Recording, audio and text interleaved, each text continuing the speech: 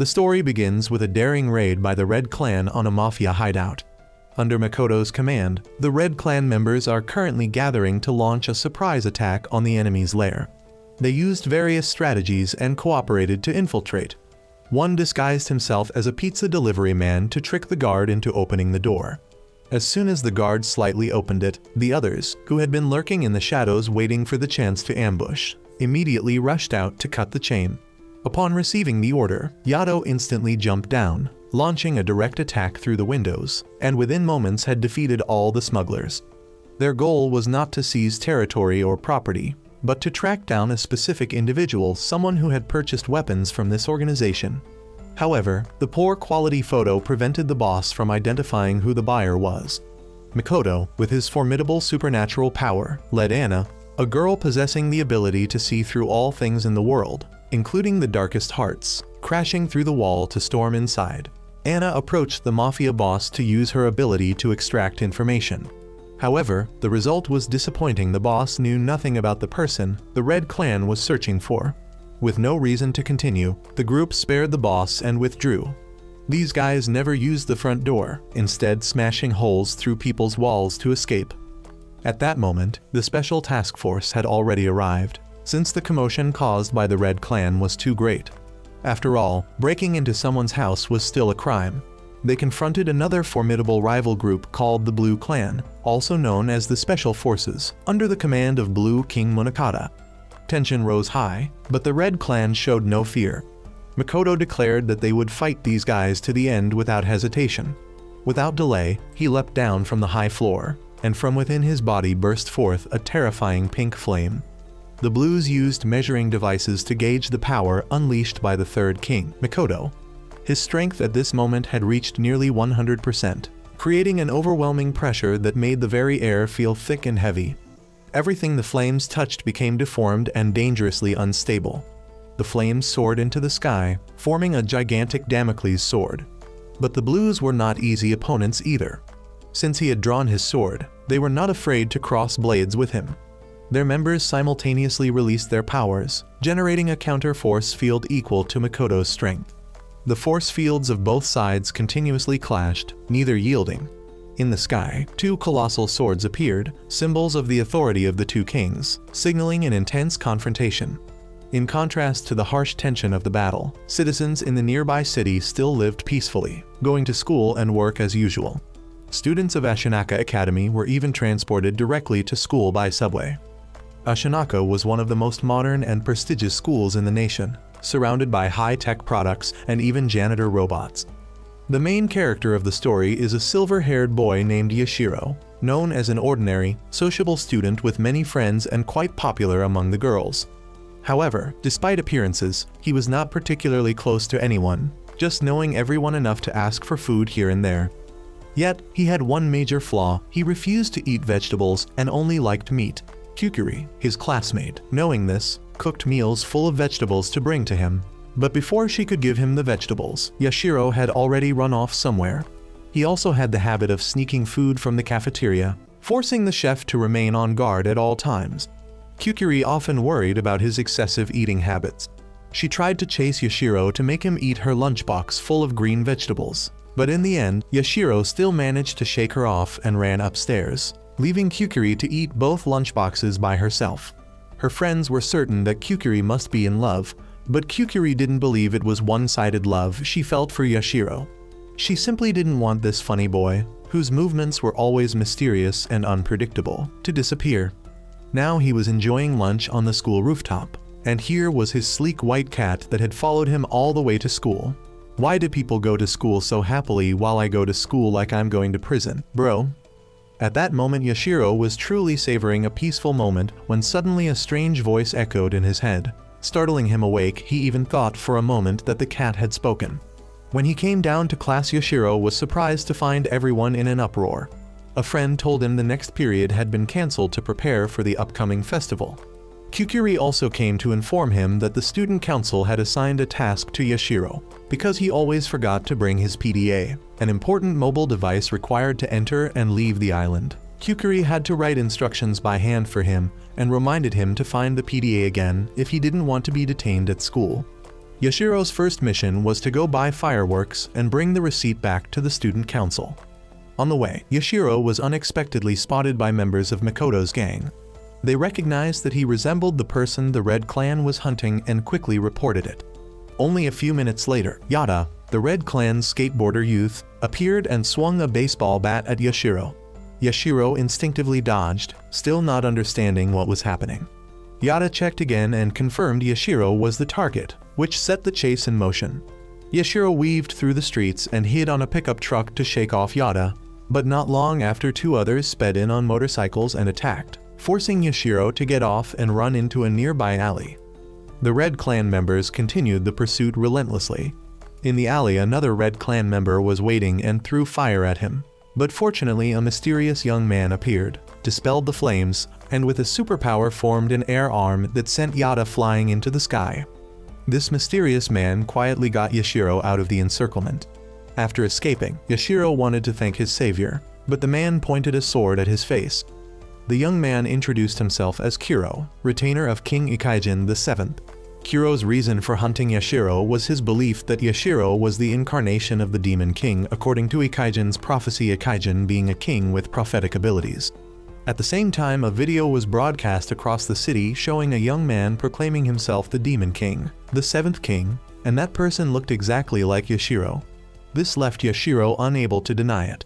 Makoto, the Red King, had by now been captured and imprisoned by the Blue Clan, which explained why his group had been acting so fragmented and unplanned. Yashiro tried to explain that the man in the video was not him, but his face, identical to the one on the giant screen, looked utterly convincing, so of course Kuro did not believe him after all. He only followed King Ikaijin's orders, not ordinary law.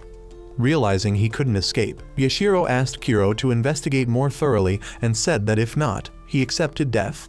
Hearing this, Kuro let him go. To buy time and get away, Yashiro began fabricating a story about a younger sister with cancer and expressed his desire not to let his sister think her brother was a murderer. With a sorrowful expression, he asked Kuro to let him write one last letter. Although killing did not faze Kuro, hearing Yashiro's pitiful circumstances nonetheless moved him to tears, and he asked more about Yashiro's sister. Yashiro stepped forward to hand Kuro the letter, which in reality was a silly drawing, and asked Kuro to deliver it to his sister. However, the moment Kuro read the letter, he realized he had been tricked. By then it was too late. Yashiro had used a flare hidden in his pocket to blind Kuro and escaped. After Kuro trudged away, Yashiro emerged from inside a turtle plush disguise. A few scratches and even a professional assassin got fooled, but next time he might not be so lucky. After this incident, Makoto's gang issued a manhunt for Yashiro with a bounty of 10 million yen. This information was posted everywhere around the world, and many phone calls came in to report leads. Such a large sum indeed attracted many people, though some considered it a scam. Anna, the girl with the ability to read minds and another superpower that allowed her to use marbles to determine locations, helped them quickly narrow down where Yashiro might be.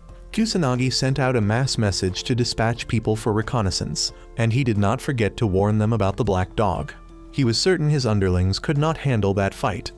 Ever since the news of the 10 million yen bounty broke out, the public immediately buzzed with excitement. That amount was more than a whole year's salary for them, so how could they not be tempted, though some thought it was just a hoax by the Hamra. Yashiro was still hiding inside his disguise outfit while moving around everywhere, but he wanted to be sure he was not discovered. Just as Yashiro poked his head out of an alley, he saw Kuro searching for him, so he quickly retreated inside to be safe. After that, Kuro ran into Yada, the skateboarder youth with a baseball bat. Yada confronted Kuro about letting Yashiro escape, but suddenly Yashiro appeared on a rooftop waving at the two of them, provoking both to fight each other so he could capture one afterward. Hot-blooded Yada immediately felt insulted. Don't joke with him. He would take down this dark-clad guy and drag Yashiro back to the organization. Yada charged at Kuro, but Kuro was no pushover. He manipulated his invisible hand to claw up the pavement and hurled a billboard and rubble at Yada. Yada was caught in it, but using the force to propel himself upward, he struck at Kuro, who dodged and countered by blasting Yada down to the ground. Kuro then continued chasing Yashiro, but when he reached the rooftop, he found no one there. Yashiro had once again escaped. At this time, Yashiro had returned to his dorm to hide safely. He lay restlessly on his bed, Thinking about the identity of the man who looked like him in the video, his life from now on would be filled with trouble. The cat he had brought back suddenly transformed into a naked girl lying next to him. She introduced herself as Nico. Seeing this, Yashiro's face naturally turned bright red. He wasn't a monk, after all. Soon the school day ended, and students not on the list of festival support staff were required to go home immediately. Since Kuro could not find Yashiro, he tracked him to the school by following the emblem Yashiro had dropped, but he could not get inside. He was about to use his power to blow apart the entire school when Kukuri appeared and asked what he was doing. Because Kuro looked suspicious and was acting strangely at the entrance, she curiously asked a few questions. Kuro immediately spoke Yashiro's name. Hearing that familiar name, Kukuri agreed to guide Kuro to Yashiro's dorm. Kuro seriously bowed his head in gratitude to her. There were not many people in this world willing to help others. His master had told him so, and thus he truly cherished those who offered a hand in his times of hardship. At this moment, Yashiro was bewildered by the sudden appearance of a naked girl in his room. He handed her clothes, but she refused to wear them because her nature was still that of a cat.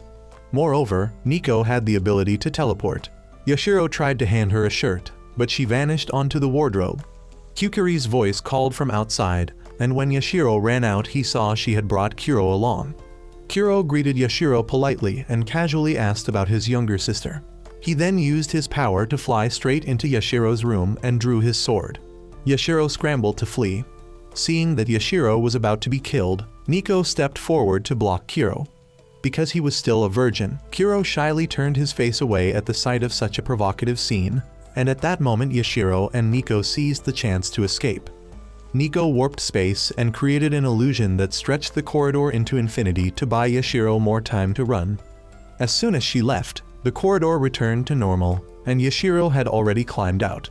When Kuro caught up and tried to seize Yashiro with his power, Nico teleported Kuro away and conjured a giant cat illusion to stall him. Of course, Kuro was sharp and did not waste much time on the cat, but thanks to it, she temporarily saved Yashiro. While fleeing, Yashiro was still kind enough to help a girl pick up her dropped belongings on the street, but the consequence of flirting was that Kuro quickly caught up with him again. Just when it seemed like the end had come, Nico let out a meow and cast an illusion on Kuro. What he saw before him was a dead-end road. One misstep and he would fall, when in reality Kuro was still standing right in front of Yashiro. But in the end, both Yashiro and Nico were cornered. Nico conjured a wall to block Kuro, and he wondered how he could be tricked so many times. Kuro charged through the illusory wall only to slam headfirst into a real one, making Nico burst out laughing uncontrollably. Nico always knew how to use illusions to fool Kuro, turning the chase into a game that dragged on through the night. All three grew exhausted, but none of them would stop. Finally, too tired, they ended up back in Yashiro's room. Nico had used so much power that her stomach was growling non-stop, so Yashiro decided to make her something to eat. Kuro was also hungry, so he reluctantly accepted this temporary truce.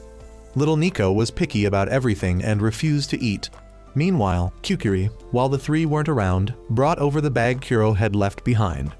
Kuro was deeply grateful for her kindness and retrieved his forgotten bag. Inside Kuro's bag were his cooking utensils, and he ended up cooking a lavish meal in place of Yashiro. After the food was ready, the three of them sat down to eat together, deciding to deal with unresolved matters later. Meanwhile, in the detention facility, Blue King Munakata, leader of the Blue Clan, came to meet Makoto with a less than friendly attitude. Makoto was sleeping, and Munakata grabbed his head and slammed it against the wall to wake him for questioning. During their previous battle, the situation had been extremely tense. Munakata advanced and announced that Makoto had been captured, yet Makoto didn't resist at all and even willingly held out his hands to be cuffed. Munakata wanted to know why Makoto suddenly surrendered unconditionally and allowed himself to be arrested. Munakata was worried about Makoto using his power to the extreme limit. Right now the intensity of his aura had reached its peak, and if his sword of Damocles in the sky lost control and fell, it could cause a catastrophic disaster like Kagutsu, taking the lives of thousands of innocent people. Makoto explained that he let himself be captured so that Munakata could keep watch over him. If he showed signs of losing control, Munakata would be the one to stop him. Hearing such sentimental nonsense made Munakata feel sick. And besides, he couldn't spend 24 hours a day watching Mikoto since he was busy and couldn't always be sparring with him. After that, Munakata met with his subordinate Seri to discuss options. They considered using heat-resistant materials to restrain Mikoto. Seri felt this was a chance to kill Mikoto as much as possible for research purposes and suggested methods such as injecting heavy doses of tranquilizers or muscle relaxants. Munakata was very surprised by this bold plan and said he would think further. They also continued investigating the case of the man who resembled Yashiro and discovered the murder weapon was a type of gun frequently traded by the mafia. The ringleader behind this supply chain had disappeared along with a truck carrying explosives and enough weapons to open a store. The police had gotten involved seriously, so Seri wanted to cooperate with them to gather intelligence. Munakata wanted to know everything that had happened in the city over the past 2 weeks. He had to see and hear things himself to believe they were accurate. The Blue Clan also tried to suppress the videos Mikoto's men had posted online, turning them into worthless junk clips, and they checked the culprit's face against criminal records, but to no avail, only hoping the Green Clan hadn't gotten wind of this. While factions were clashing over Yashiro's case, he and his 2 companions were still sitting together eating and chatting. On the Red Clan's side, they knew the Blue Clan had gotten involved, so they spread the videos even further to hunt the culprit at all costs. Internal conflict also erupted within the Red Clan. Rikyo, one of its members, and Yada quarreled and even fought. A fight was one thing, but somehow they ended up brawling in Kusanagi's bar, enraging him when his imported British furniture was damaged. He immediately grabbed both of them and gave them a beating, demanding to know why they had insisted on fighting. Rikyo believed Mikoto had been captured far too easily, and even hinted at wanting to work for the Blue King. Yada, of course, couldn't stand someone speaking ill of his big boss. Kusanagi immediately burst out laughing. The 2 apologized to the bar owner, and he told them a story. Upon hearing this, the 2 young men instantly became meek as puppies and bowed in apology. Kusanagi explained to them that Mikoto had accepted being captured so that Munakata would have to constantly watch over him. The Blue Clan was effectively holding a ticking time bomb, but that situation also gave the Red Clan freedom to operate outside without being tightly controlled.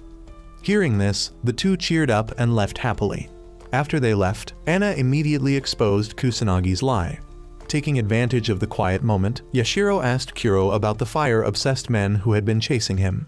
Kuro explained they were comrades of those who had been killed and now sought revenge. They were like retainers of a king, all gathered into an order. Red King Mikoto was the king of the Third Order, and among all the kings he was the most brutal. Yashiro finally began to understand vaguely. Perhaps he had been mistaken by this violent group for the murderer. Kuro was certain there was no mistake. That guy is definitely you. I'll let you enjoy your last meal as a condemned man and then deal with you. Meanwhile, at the port, the Red Clan members had found the weapons hidden in shipping crates following Kusanagi's directions. This was the location where the transaction boss had gone missing. He was not the only one to disappear. Just then Fushimi of the Blue Clan appeared. He had also betrayed the Red Clan, so when they met their eyes reddened. After taking care of the 2 Red Clan members, Fushimi immediately reported back to the Blue Clan to call Seri. Kuro continued to tell Yashiro about the system of kings. He explained there were 7 kings in total, each ruling a color and possessing extraordinary abilities and powers. This world was run by the power of the kings themselves, and no government could stand against them. Even the largest prime minister must obey like a tail-wagging dog. Without the power of a king, Japan could be reduced from a great power to a small vassal state oppressed by other countries. The Gold King currently had great influence in economics and technology. His company produced these phones. The Gold King symbolized the color yellow. Mikoto's order was the Red King, symbolized by red and described as brutal and bloodthirsty. They frequently provoked fights everywhere and feared no one. Yata, a member of the Red Clan, was currently provoking the Mafia men. Those hounds kept pestering them, and getting lectured by a brat enraged them. The Mafia men immediately drew guns and opened fire, but how could bullets hit these supernatural youths? Yata easily dodged, snatched a gun from them, heated it with his power, and seared the foreheads of the Mafia men. Kuro also explained why he was hunting Yashiro. According to King Ikaijin VII, the predecessor king with prophetic abilities, Yashiro might be the successor to the 7th king. But Ikaijin feared that a successor like Yashiro, inheriting the Demon King, would be corrupted and bring great disaster. so he ordered that Yashiro be eliminated to avoid future catastrophe. After saying this seriously, Kuro demanded to kill Yashiro on the spot. However, Yashiro refused and demanded concrete evidence that he was the successor Demon King. Kuro then produced the video that Makoto's side had released, but Yashiro countered, asking that if it were true and he had such power, why would he be running from Makoto's people? This made Kuro reconsider. He also asked Yashiro who Nico was, and Yashiro said he didn't know her. Kuro realized Nico was a stream, meaning someone with innate superpowers not granted by any king. Yashiro promised Kuro he would prove his innocence. Hearing this, Kuro decided to spare him for the time being, but warned that if any seed of crime were found, he would not hesitate to act. The next morning, Kuro, like a diligent mother caring for 2 children, woke up early and prepared lunch for all 3. This was the first time Yashiro had ever seen such a beautiful, sparkling bento box. Taking advantage of the moment, Nico grabbed a piece but was smacked for it. Yashiro was suddenly troubled by a cleaning robot, so Nico stepped in to smash it so it would release him. Kuro felt somewhat irritated because Yashiro seemed to focus only on his own personal life without putting in any effort to prove his innocence. Kuro was determined not to take his eyes off Yashiro for even a single moment. During class, the teacher questioned who Kuro was, and Yashiro lied, saying he was a transfer student. Nico then suddenly appeared in the middle of class, intending to doodle on Kuro's face, but was caught instead really daring lately. The teacher again asked about this unfamiliar student, and once more Yashiro said he was a transfer student. So now the class had 2 transfer students in one day. At lunch, Kukuri was surprised when Yashiro brought his own lunch, making her effort of preparing an extra box for him wasted. Yashiro seized the chance to flatter Kuro, calling it a love bento, which embarrassed Kuro so much that he drew his sword, ready to strike the shameless brat. Meanwhile, Nico had finished her own bento and decided to beg Kukuri for some, but immediately regretted it as it was filled with vegetables. Yashiro then continued searching for information, examining the blurry photo of the person who looked like him, but he could not confirm the identity. Earlier that morning, a classmate had also found the video and advised Yashiro to turn back before it was too late. Yashiro had to feign cluelessness to ask for the clip. At that time, the Blue Clan had discovered information about the criminal the Red Clan was searching for, and they had traced him to the school Yashiro attended. Yashiro then thought of a way to prove his innocence. He only needed evidence that when the culprit appeared in the video around midnight, he had not been at the scene. Kuro was doubtful, since no one could prove Yashiro had stayed in school the entire night. However, Yashiro remembered that many things had happened that night. Especially involving Nico, she had always been by his side, so she was sure he was a good person. But Kuro rejected the idea of letting such a clumsy, foolish girl testify, insisting she would be considered an accomplice.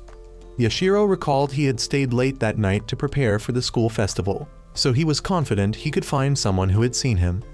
After some fumbling around, the 3 finally managed to finish preparing costumes for the play, leaving Kukuri anxious. Meanwhile, Makoto's group had also located the school. Yada immediately rushed off alone without waiting for any plan. That fateful night indeed had many events. Kukuri had been confessed to by another male student on the tower in a grand spectacle in front of many people. She had rejected him without hesitation, leaving the boy in tears after his first heartbreak. Kukuri had tried to forget about it, but was reminded again by Yashiro, which annoyed her. But Yashiro's real purpose was simply to ask whether she had seen him hanging around there at that time. Unfortunately, Kukuri wasn't sure, as Yashiro kept appearing and disappearing. After the confession, the student council had intervened to resolve the matter.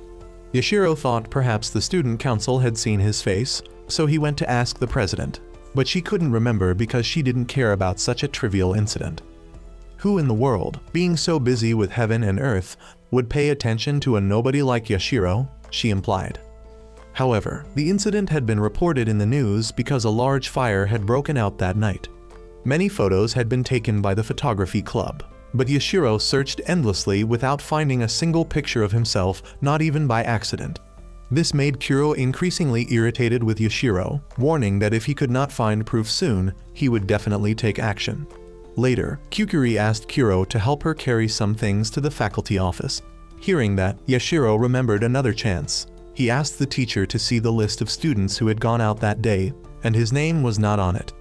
This proved he had never left the school that night and therefore could not have been the culprit. The relief he felt was overwhelming. Anyone wanting to enter the island had to pass through the automatic gate system, so if Yashiro's name wasn't on the list, it meant he was still on the island. After that, Nico demanded food since it was mealtime, and Yashiro went to buy from the vending machine. But Kukuri had to buy it instead because Yashiro had once again forgotten his school-issued payment phone. Kuro asked Kukuri whether it was possible to leave the island without the phone, and Kukuri revealed that Yashiro didn't need the main gate at all, he had his own escape route. Kuro was about to draw his sword to strike, but Yashiro begged for another chance. Kuro thought he was trying to turn himself into a joke, but Nico stepped in to shield Yashiro. Seeing them protect each other softened Kuro, reminding him of his own former master, who had also protected him that way. He couldn't bring himself to attack. Yashiro was indeed telling the truth that many things had happened that night. Suddenly, Kukuri recalled meeting Yashiro in the gymnasium at exactly 12:30 am that night. Together they had discovered the giant hole in the ceiling, and she had even secretly taken a picture of him and set it as her wallpaper. From this, Kuro concluded Yashiro was innocent. There was no way he could travel from the crime scene back to school in under an hour.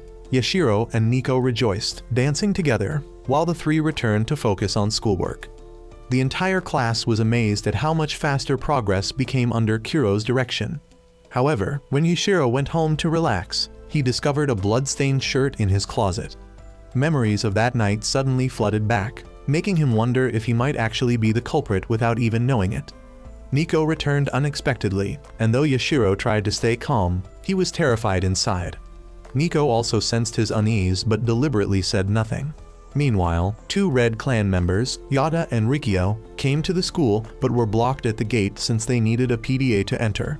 The next day, the school festival was underway, and Kuro took charge as leader, organizing everyone for the event. Seeing Kukuri's sleeve torn, Kuro kindly offered to sew it back, while Yashiro sat in a daze, unable to believe that even after proving his innocence, he might still be the true culprit.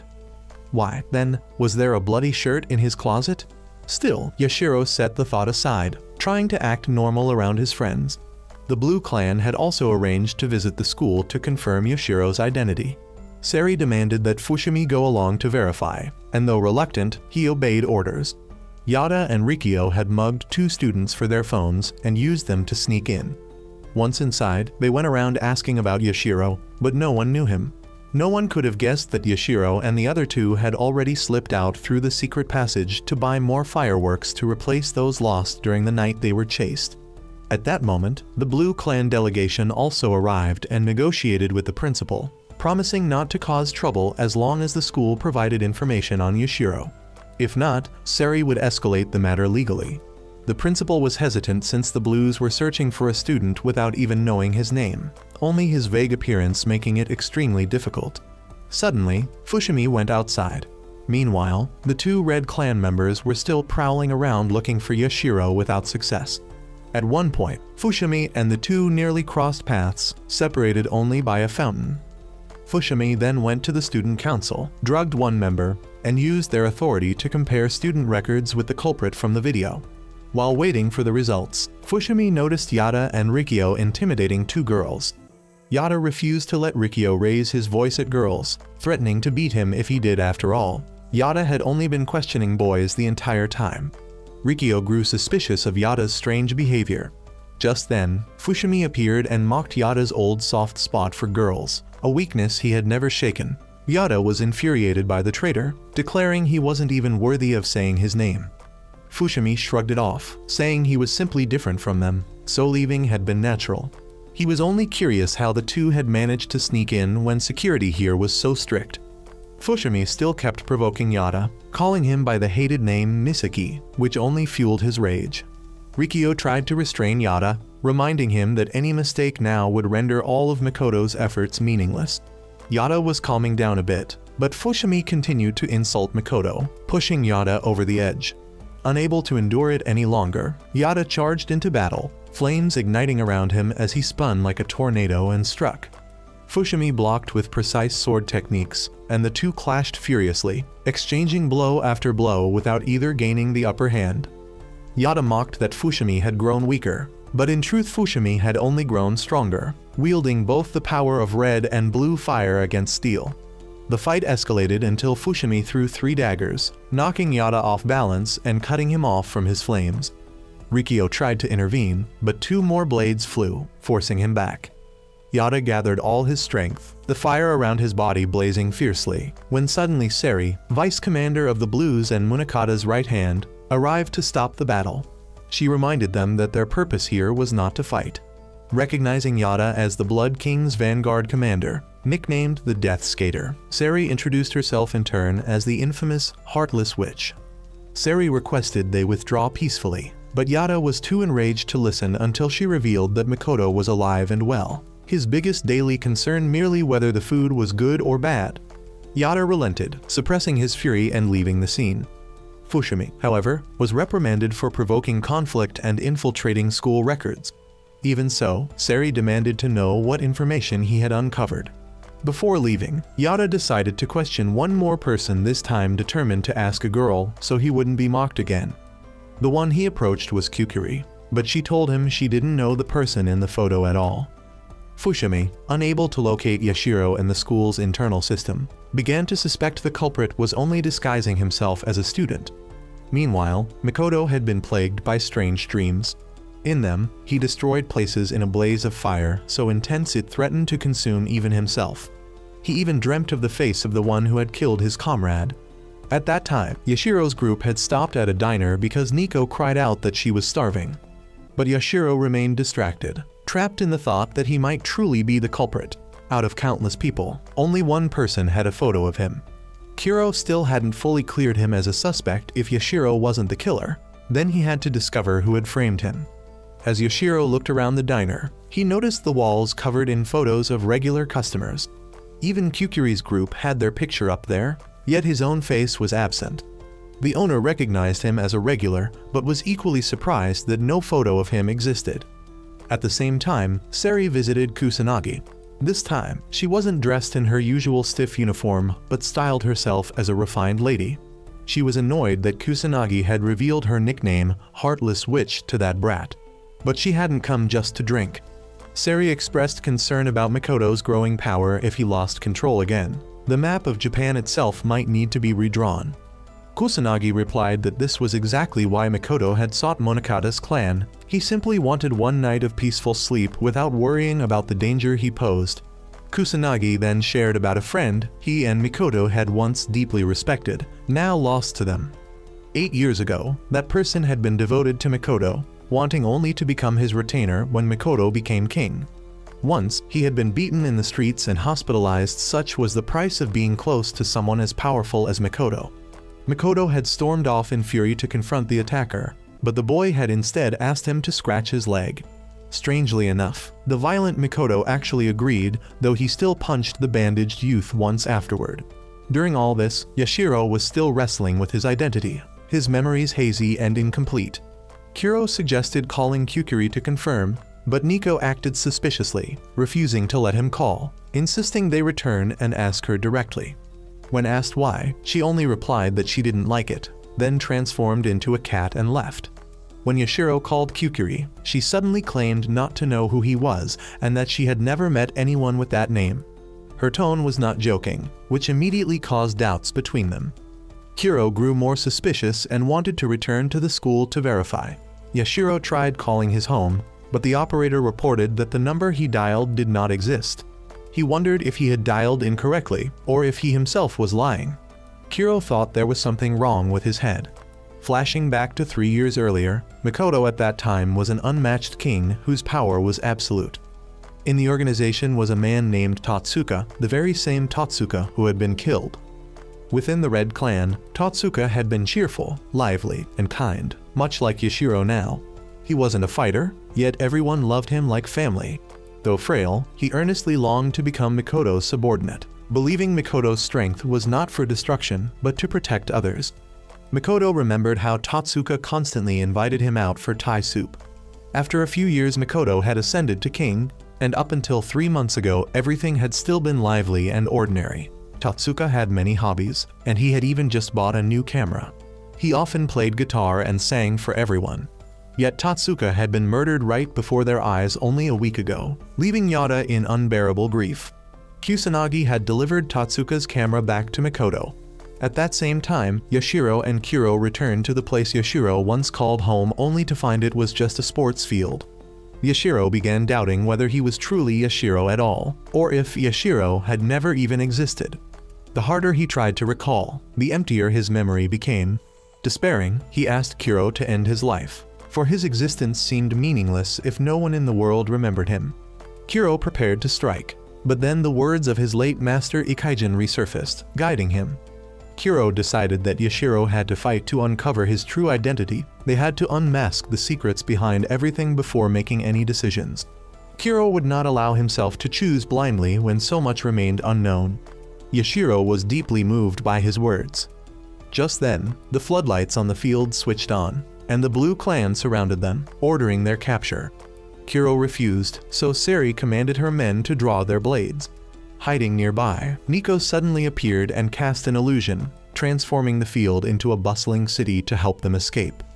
The Blues fell into confusion, but Seri quickly realized it was all an illusion. As Nico was about to lead the two out, Seri intercepted them. Kuro stepped forward to fight, declaring he would not even draw his sword. That blade was not meant to slay people like Seri. Even without unsheathing his weapon, he was able to fight evenly against her, forcing her into a tight situation. Fushimi immediately reported the clash to Munakata. At that moment, the Damocles sword appeared in the sky, shattering the illusion. From a distance, Munakata approached slowly, summoning his own sword while gradually unraveling the barrier. With a single stomp, he dispelled Nico's power, forcing her back into her normal form. Munakata explained her ability, recognizing her as a mysterious strain whose illusions posed an extreme danger. Kuro resolved to stay behind and buy them time. Nico agreed, dragging Yashiro away. Bound by his own code, Kuro refused to draw his sword. Munakata pressed him, trying to force him into an all-out duel. He didn't even bother drawing his own blade, instead attacking with the sheathed sword. Without a weapon, Kuro stood no chance against the king and was defeated quickly, left powerless. While fleeing, Yashiro suddenly stopped and looked back for some reason. Munakata had pinned Kuro underfoot, ridiculing him about his former master. He scorned Kuro's late master as a failure unworthy of being a king, claiming his existence had only destabilized the balance of power among the kings, a perpetual blemish in Munakata's eyes. And now Kuro willingly chose to become a pawn for Yashiro, believing he would be the new king. Munakata suspected that Yashiro might be a schemer, aware that Kuro would stay at his side until the moment of judgment, and thus Yashiro could simply use Nico to deceive Kuro, keeping him close as a protector.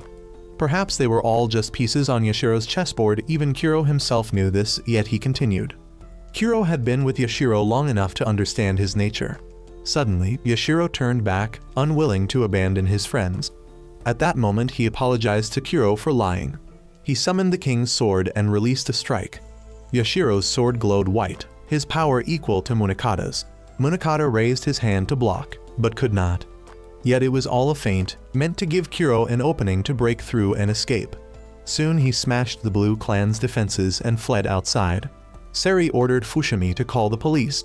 The three hid in an alley, though Kuro's condition looked poor. Yashiro revealed that the fight earlier had only been an illusion Nico created. Kuro explained that Nico's ability was not just to create illusions, but also to manipulate memory, inserting familiarity into the minds of others from their very first meeting. Yashiro's acceptance at school had been Nico's doing. She had altered his classmates' memories, and even his own. Now Yashiro begged her to restore his true memories so he could know whether he was truly the one Kuro was searching for. Kuro urged him to think carefully, but Yashiro was ready to take responsibility for everything he had done. Returning to the night in question, Nico had been in the equipment room when Yashiro fell straight from the sky into the school gym. She found him, and upon seeing his smile, she felt secure. Nico had claimed Yashiro, giving him a false memory and a name. When Kyukuri rushed in at the sound, she saw Yashiro but had no idea who he was. Nico had used her power to implant Yashiro into the memories of his classmates and even into his own recollections. But that was all Nico showed him. Naturally, Yashiro wanted to see more. Nico wanted him to promise that if he saw the truth, he would not leave her. Yashiro promised, and she revealed that before that moment he had been kicked out of an airship and fell straight into the gym. Yashiro wanted to know who that person was. As he looked to the sky, the airship appeared again. The next morning the three of them stood in an open field, breathing in fresh air. Yashiro said that though so much had been false, the time he had spent with everyone had been real, and he treasured it. Together with his two friends, he returned to the bridge leading to the school one last time to say farewell, for it had once been a place he called home. He vowed to carry the memories of this place in his heart. Though his past was still unclear, he swore to uncover it as soon as possible. Kuro urged them to leave before the Blue Clan discovered their location. The three decided then to live freely, joyfully, and without restraint. Monokata's clan had already made capturing Yashiro their top priority. The difficulty was that Yashiro had two suspicious companions, and no one could have imagined they would escape even Monokata's grasp. They had even slipped past Fushimi, the greatest pursuer, leaving no trace on any surveillance maps. Monokata was certain they were not the type to back down easily. Suddenly Fushimi knocked to report that a search team had been attacked, their PDA stolen, and the victim identified the attacker as Kuro. Monokata understood this was a message and ordered Fushimi to check. Indeed, a slip of paper with a number 14 was found. Fushimi, Seri, and Monokata sat waiting in silence. At the appointed time Yashiro called. He had hidden his location so they could not trace him. Yashiro demanded that Monokata tell him who was on the airship, for that man was the true culprit behind Tatsuka's murder. Yashiro wanted to negotiate with Monokata that if he captured the person on the airship, then Yashiro would show himself. Monokata didn't want to agree because no one could be certain that the other two wouldn't come to rescue Yashiro. Monokata deliberately stalled, speaking in circles to give Fushimi's team more time to track them down. Just when Yashiro thought the negotiation had failed, a moment later Monokata changed his mind, since Fushimi had already traced Yashiro's location, and Monokata kept buying time for his men to move in. Monokata suddenly agreed to capture the Silver King, Adolf, who was also the first king, in exchange for Yashiro's group of three showing themselves whenever they wished, as long as all three appeared together. However, contrary to Monokata's words, Fushimi had already brought men close to the truck where Yashiro's group was hiding. His subordinates were hesitant, afraid they couldn't win against Yashiro's people. Furious, Fushimi snapped, questioning why he even had to drag this useless bunch with him, then revealed to them that Yashiro didn't even have any real power, so they had nothing to fear. They stormed the truck, but upon opening it, Yashiro's group was nowhere to be found. Only a phone and a portable charger remained. Yashiro had left these behind to mislead Scepter 4 and buy time for them to escape. At that time, the three of them had already slipped down to a ferry on the river, and it was Kuro who had detected the danger and saved them. Thankfully, he had a strong sense of Monokata's cunning nature and had stayed on guard. The three decided to move on to their next destination. Having failed to capture Yashiro, Monokata decided to honor the deal and turned his focus to apprehending the Silver King. A state of emergency was declared, mobilizing an unusually large force, something rarely seen. They had already sent 3 messages to the Silver King but received no response. Monokata only required that procedure was observed. Seri suggested they should first ask the Gold King for permission, but Monokata knew he would never approve, so he insisted on capturing first and reporting later, willing to take full responsibility himself. When asked why he would go so far, Monokata made it clear it wasn't because of his deal with Yashiro, but because he had already suspected the Silver King was involved in several recent incidents and displaying suspicious behavior. The airship's route had long been fixed, yet lately it had changed erratically, a clear sign of something unusual. At first Monokata thought it was simply rerouting, but since he had contacts in the Aerial Control Bureau, he asked them to check. Airships only ever change course if there's an incident aboard. So what was causing this one to change course so frequently? Moreover, the previous night it had been seen hovering near the stadium where they had fought, and one of its routes also passed the site of Tatsuka's murder. Monokata then ordered his entire squad to proceed with the arrest of the Silver King, on the charge of involvement in the death of Tatsuka, member of Mikoto's clan. Meanwhile, Nico was spying on the movements of Scepter 4. Soon, helicopters lifted off in full deployment. One unit would approach the airship and their captain would issue a warning. If there was no reply within minutes or the capture failed, they would open fire without restraint. The Silver King, seeing visitors arriving, was already prepared to welcome them. He immediately grabbed the girl in his arms and danced a few steps with her as a mocking greeting, then tossed her aside, leaving her sprawled on the floor. Yashiro and Kuro, by then, had already hijacked one of Scepter 4's helicopters. Kuro asked Yashiro about the identity of this first king. Even Kuro had never met him, only heard of him from Ikajin. Among the 7 kings, he was a special one like the Gold King. This man was called the Silver King and was shrouded in mystery. Because of him, even the Gold King, ruler of finance, was ranked only 2nd. The Silver King reigned over the skies and was considered the leader of kings, while the Gold King ruled the land. At that moment, Nico mischievously flashed the searchlight everywhere, earning scolding from Fushimi. Kuro feared that once they closed in on the airship, it would be difficult to separate from the others. Nico, being too impatient, shoved the controls forward, sending their helicopter charging straight toward the Silver King's vessel. Just before collision, the Silver King detonated his entire airship, and Yashiro's helicopter smashed into it, creating a massive explosion. No one knew that the Silver King had already escaped safely to another location. A decade ago, the Silver King was still serving in the military, conducting experiments to uncover the nature of the powers possessed by the current kings. In one such experiment, they created a miniature maze and placed a lab rat inside it.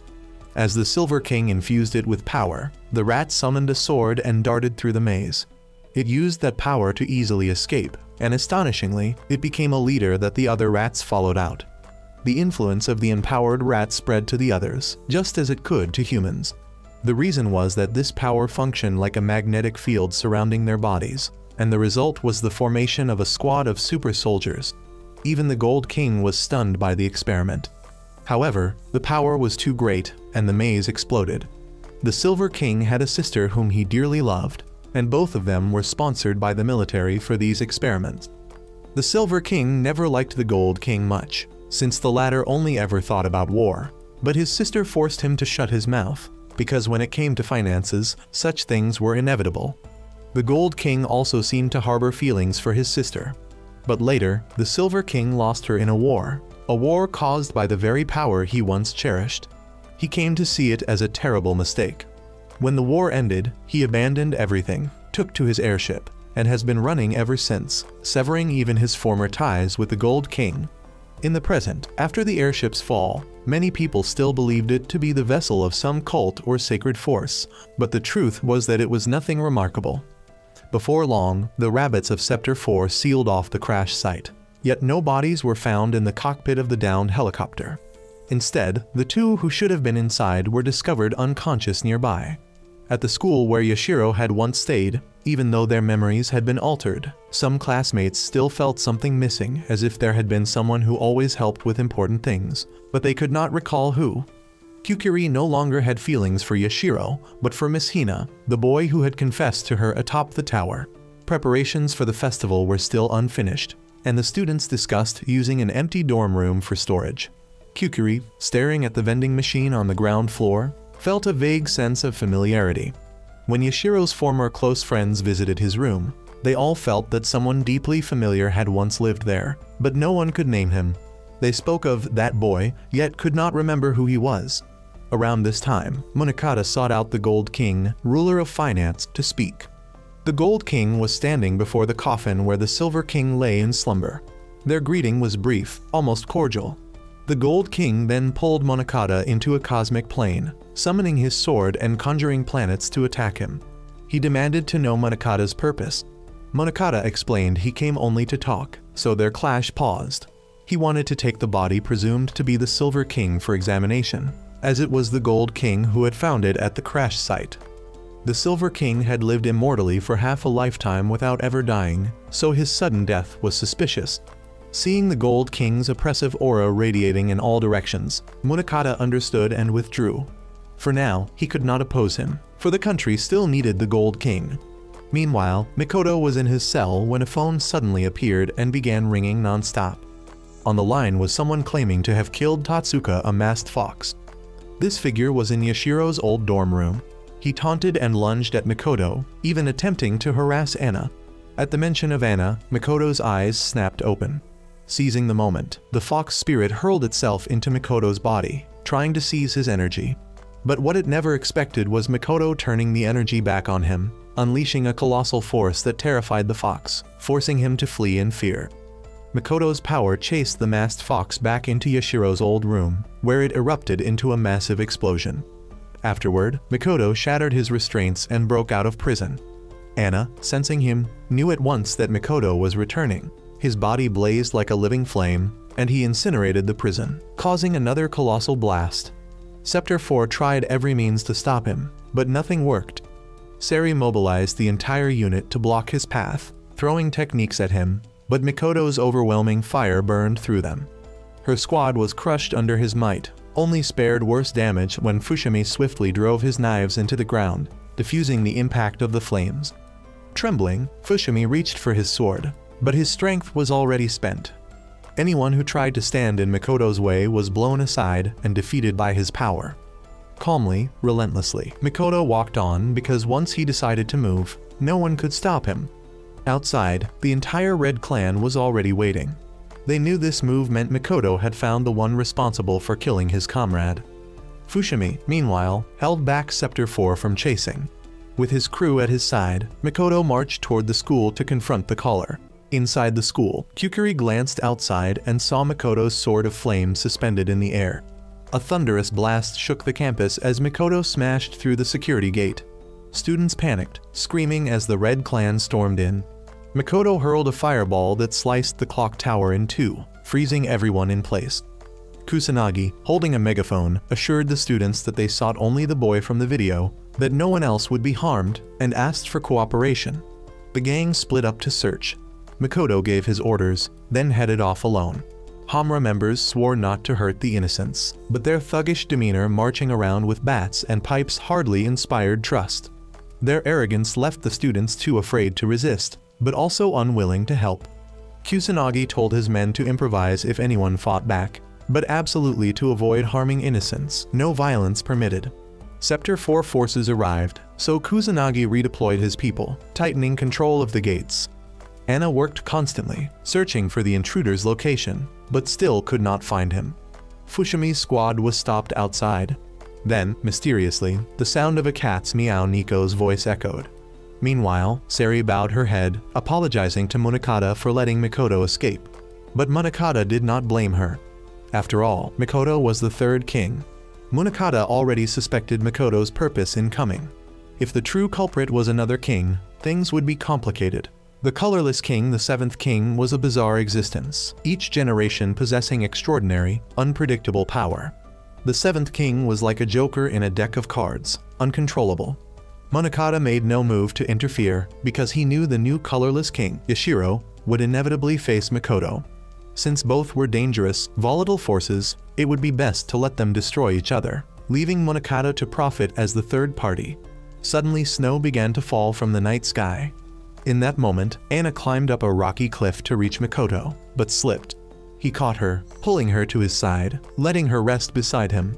To her eyes, people could only be recognized by color, and Makoto's color was the most beautiful of all. She had not yet found the hiding enemy, but believed that sooner or later, the mouse would fall into the trap, so there was no need to despair. At the school, Hamura had now completely taken control. Anyone who tried to escape was captured and forced back inside. Kusanagi warned Yada not to be so hot-headed. He knew Yada wanted to kill Fushimi, but told him to endure for now. Fushimi had once spoken of leaving to Yada.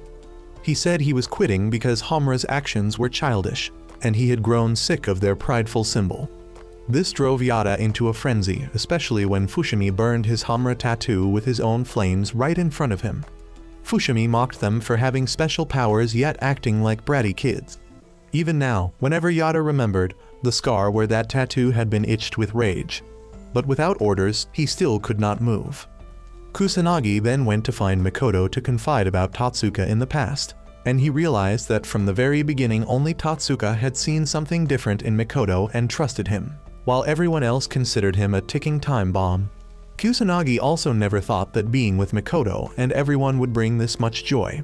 Suddenly Kusanagi called Anna to go with him so Makoto could deal with his own matter, as he had a guest waiting not far away, and that person was none other than Munakata. The two had a conversation, and Monokata wanted Mikoto to withdraw his forces and leave Yashiro for him to handle. However, Mikoto still refused. Whatever agreement Monokata offered, he declined. Monokata believed that if Mikoto unleashed his power once more, a catastrophe would occur and thousands of innocent people would die. But Mikoto simply wanted to mind his own business and be left alone as it had always been. Monokata, still regarding him as a friend, asked once again if Mikoto was truly certain. Mikoto was completely resolute in his decision. Yashiro's group, at that moment, had just returned to their temporary hideout only to find it had been vandalized and burned down, with an unknown person having carved a hole through the floor. They had already heard the news about the school, and they knew infiltrating it would be nearly impossible since both the Blue Clan and Red Clan had locked down everything. At worst, the entire island could become a battlefield. They did not yet know what to do, so Yashiro thought of listening to the words that Ikaijin, Kuro's master, had left behind. However, Kuro believed that what they should do was already clear. They would go together to rescue Kukuri and the others, but to do that they first needed to find out where she and the others were being held. Miko did not want to go, but she reluctantly followed after Yashiro persuaded her. The next morning, Yada called Kusanagi to request reinforcements. Mikoto was still brooding over what Monokata had said the night before. He was unsure what orders he should give, but suddenly he stood up and left the room, surprising everyone. On Monokata's side, even the Blue Clan did not know what to do. Suddenly, black smoke was detected inside the school, and Monokata had no choice but to order his forces to prepare for action immediately.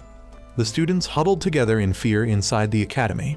Yada's unit had been ordered to wait right at the gate. Before they moved in, Sari commanded them to surrender and lay down their weapons, but Yada's unit of course did not listen. Sari instantly gave the order for her army to charge, and as soon as the Blue Clan entered, the Red Clan battalion was already waiting to engage. The two sides clashed fiercely. At that very moment, a series of strange explosions erupted around the academy. Monokata left the place to Sari to handle, while he alone leapt through the air. Just then, another explosion occurred. A Red Clan member was about to be crushed by falling rubble, and Monokata compassionately descended to shield him. But it turned out that man was a traitor who turned and stabbed Monokata. Monokata let go of all the rubble, indifferent to what would happen to himself and that man. Hearing louder explosions, Kusanagi thought perhaps someone had even brought out heavy artillery. Anna grew fearful that something terrible might happen. She foresaw that the entire place would soon explode completely, so she rushed to check. As she looked around, someone aimed and fired at her. Fortunately, Anna was not hit. Kusanagi tried to spot the sniper and discovered he was wearing a Blue Clan uniform. After the explosions, students fled in panic everywhere, buildings continuously blew apart, and Kukuri stood frozen watching everything collapse. Just as a brick was about to fall on her, Kuro appeared and rescued her. Yashiro ran up and reintroduced himself from the beginning. While they were happily regrouping, a voice rang out. Mikoto had already been waiting for the group there. News that Anna had been shot by a Blue Clan member had spread among everyone, pushing the conflict between the Red Clan and Blue Clan even higher. Sari was extremely worried about Monokata, but the battlefield left her no room for distraction. Yada rushed in to attack Sari relentlessly, but Fushimi suddenly appeared to block him. The two decided to settle their grudge once and for all. Mikoto could not understand why Yashiro, who had called him there, now intended to run away. The heat Mikoto radiated made it suffocating. But in truth, Yashiro was not the one who had called him. However, just saying so would not convince anyone, so Kuro stepped forward to fight and was easily knocked aside. Nico used illusions to distract Mikoto, but unexpectedly Mikoto stomped his foot and the illusion instantly vanished. The girl then slipped away, leaving the men to fight each other. Kuro kept striking to buy time, but no matter what he did, he could not push Mikoto back. Mikoto countered. Kuro dodged just in time and charged in for close combat. Mikoto disliked wasting time, so he transformed into a blazing red sun and nearly incinerated everything around him. No matter what Kuro did, it was as if he were swatting at a mosquito. Luckily, Monokata intervened just in time. Monokata, still carrying the young man who had stabbed him with the knife still lodged in his body, rushed in to block Mikoto, giving Yashiro's group a chance to escape to safety. Nico wanted to flee since they could not do anything to Mikoto, not even her illusions could work, but suddenly Kukuri saw Yashiro injured and wanted to check on him. When Yashiro approached, her demeanor completely changed, and she stabbed him with a shard of glass. It turned out Kukuri had been impersonated by the culprit. He was the one who had called Mikoto, shot Anna, and stabbed Munakata earlier. He would crawl into people's eyes and take control of one after another, and this time he took the chance to enter Yashiro's eyes. He wanted Yashiro to remember everything he had forgotten and kept rambling, urging him to fall asleep so he could easily control him. Yashiro heard Nico's voice calling, and seeing he could not take over, the fox-faced man returned to Kukuri's body and fled. Memories suddenly flooded back, shocking Yashiro. He lay down, gradually recalling everything, including the memories of the war back then and his story with the Gold King. Yashiro suddenly stood up. A surge of energy burst from him, forcing everyone to stop fighting and focus on him. A silver radiance spread across the entire area, illuminating everything. When the light faded, a sword appeared in the sky. Yashiro's sword had fully manifested, shining brightly across the heavens. The Gold King also saw and remarked that Yashiro really liked to surprise people. Kuro was terrified, not knowing what was happening. The wounds on Yashiro's body were gone. He reassured everyone not to worry, he himself was immortal. He was the Silver King, the first king, Adolf. Yashiro could be certain of one thing. He was now simply Yashiro who had been with everyone all along. The colossal sword in the sky vanished. Fushimi told Yada not to take his eyes off the battle. Both sides then returned to their furious clash. Mikoto and Munakata also did not want to miss the chance to fight each other seriously, so both drew their swords again to continue. Meanwhile, Yashiro had remembered everything. The previous colorless king had come to him and swapped bodies. He was interested in Yashiro's immortality and thus did it. After taking his body, he cast Yashiro off the airship. However, he only seized his body. His heart and soul he could not touch. Because Yashiro was the Silver King represented indestructibility and was immune to all interference. In other words, it was the colorless king who had used that body to kill Tatsuka. Afterward, he swapped bodies with the Silver King and shifted the blame onto him. Perhaps it was the shock of the body swap that caused the Silver King to lose his memory. And besides Yashiro, he had stolen many other bodies too. The power of the colorless king this time could even affect other kings, and Kukuri's body earlier had been no exception. Yashiro's group set out together to rescue Kukuri. At that time, while the two sides were still fighting, Mikoto's and Munakata's swords appeared in the sky, their power overwhelmingly terrifying, especially Mikoto's crimson sword, which looked utterly abnormal. That forced Seri to abandon her position to go investigate. At that exact moment, Yashiro and Nico arrived overhead. Seri immediately grew wary and drew her sword to strike, but it had no effect. Yashiro gave Seri the ability to fly because he wanted her to join them. Yada and Fushimi were still fighting ferociously, but Kuro stepped into the middle of the battlefield to stop both sides under the command of the Silver King. Anyone who dared to rush in would be cut down, but Yada shouted that both sides only obeyed their own king. Kuro asked if they knew the reason why Mikoto had occupied the island, and why Munakata was not going all out to stop Mikoto, and why the two of them went off to settle things while leaving their clans here to fight such a meaningless battle. But Yada and Fushimi did not listen and rushed to attack Kuro. Knowing that words alone would not get through, he dared them all to come at him and take it if you can. Meanwhile, Yashiro together with Nico and Seri charged straight to the room where Kusanagi was watching over Anna. Anna reassured him that Yashiro's group was not the enemy, putting Kusanagi at ease. Just then, the phone rang, and Yashiro asked Kusanagi to answer. The caller was none other than the Gold King, who requested Kusanagi hand the phone to the foolish Yashiro. The two had been old friends back when they conducted research together, so Yashiro asked the Gold King for help with a few things.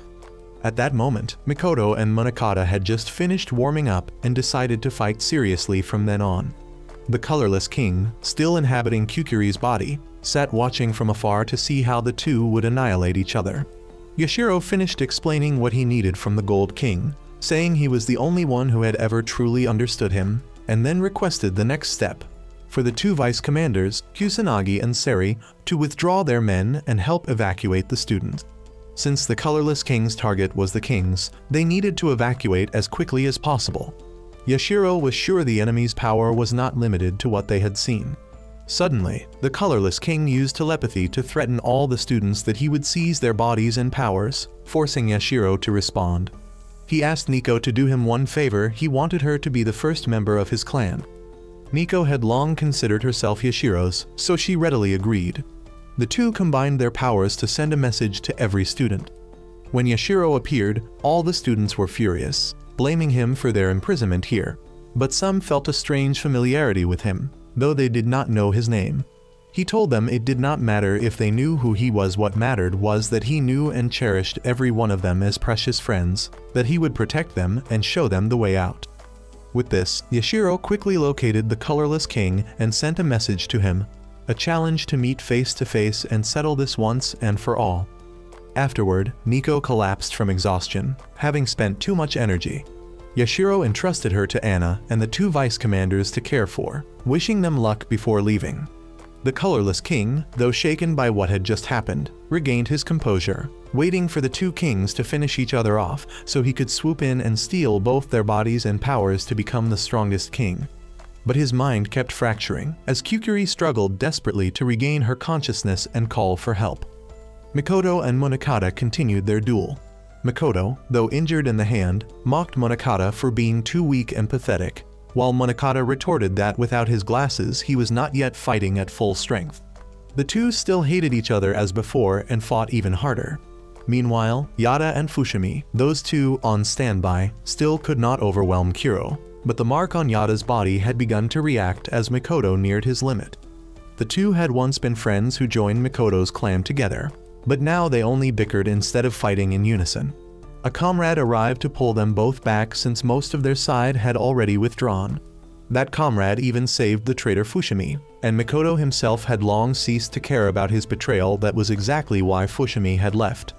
Yashiro then came to find Kuro, telling him it was time to deal with the colorless king. Kuro wanted to know if the plan would succeed, and Yashiro admitted part of it depended on him. Kuro complained that even as a king, Yashiro was still as irresponsible as before. Then, kneeling down, he thought Ikaijin would approve of him serving another king. He spoke his oath to Yashiro, vowing to serve him until his last breath. Yashiro disliked such stiff formalities among friends and told him to stand. The seventh king at this moment saw that Monokata had weakened, but he wanted to wait until Mikoto grew even weaker before seizing him, and then he could snatch up Monokata as well. And once again Kukuri resisted and cried for help from within her possessed body. Yashiro and Kuro arrived in time and demanded that he release Kukuri's body. He pretended to be Kukuri and pulled out a gun to secretly shoot, but Yashiro had a shield so he was unharmed. The seventh king threw out a bag of flash grenades and tried to flee, but was chased by Kuro, who struck him down to the ground. For the second time Kuro drew his sword and declared that the seventh king was someone who could never be forgiven. No matter how much he begged for mercy, and then turned to curses, Kuro still swung his sword. The seventh king turned toward Yashiro and flew at him to possess him. He thought he had consumed him, but Yashiro was no longer the same as before. He realized the seventh king had possessed too many times, to the point his personality was in chaos and he no longer remembered what he was. Yashiro absorbed and suppressed the soul of the seventh king. Afterwards, Kuro scolded him for acting recklessly with such a low chance of success. Yashiro asked Kuro to take Kukuri away, while he and Seri would handle the matter of the two kings, but Kuro would not allow it. Yet Yashiro was immortal, so he would be fine, and matters between kings must be settled by kings. Kuro left with Kukuri. Yashiro, however, was not at all fine, for he did not know how long he could control the seventh king. Yashiro did not want the two kings here to end up like him, and the Gold King of the past split onto separate paths. Meanwhile, the students had evacuated outside, not knowing where Kukuri was. Some believed she was with Yashiro, so she must be safe. Fushimi and Yada returned, and Yada was furious that their boss had been left behind. But since even Anna could do nothing, they could only pin their hopes on the kings, for this was the first time 4 kings had all appeared to battle. Yashiro stood between the 2 kings and was gradually being overtaken by the 7th king. He asked Mikoto to quickly finish off the 7th king, for that was what he had wanted to do from the start. Mikoto did not miss the chance and struck Yashiro straight through, unleashing a massive burst of energy. The power of a dying king exploded with tremendous force. Kuro had already gotten Kukuri away. She still remembered Kuro, but she did not remember Yashiro at all. Kuro felt it was best for her that way. Yashiro had disappeared.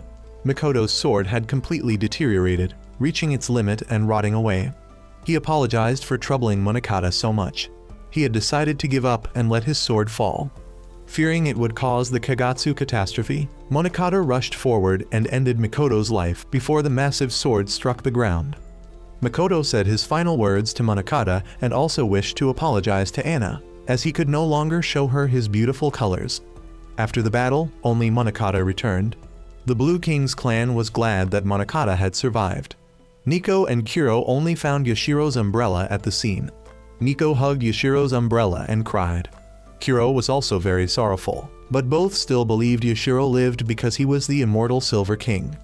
They were very glad to have served Yashiro as his retainers. The marks on the bodies of Mikoto's clan members then one by one floated away, forming a beautiful red color for Anna to behold one last time. Fushimi knew that Mikoto had been a truly incredible king.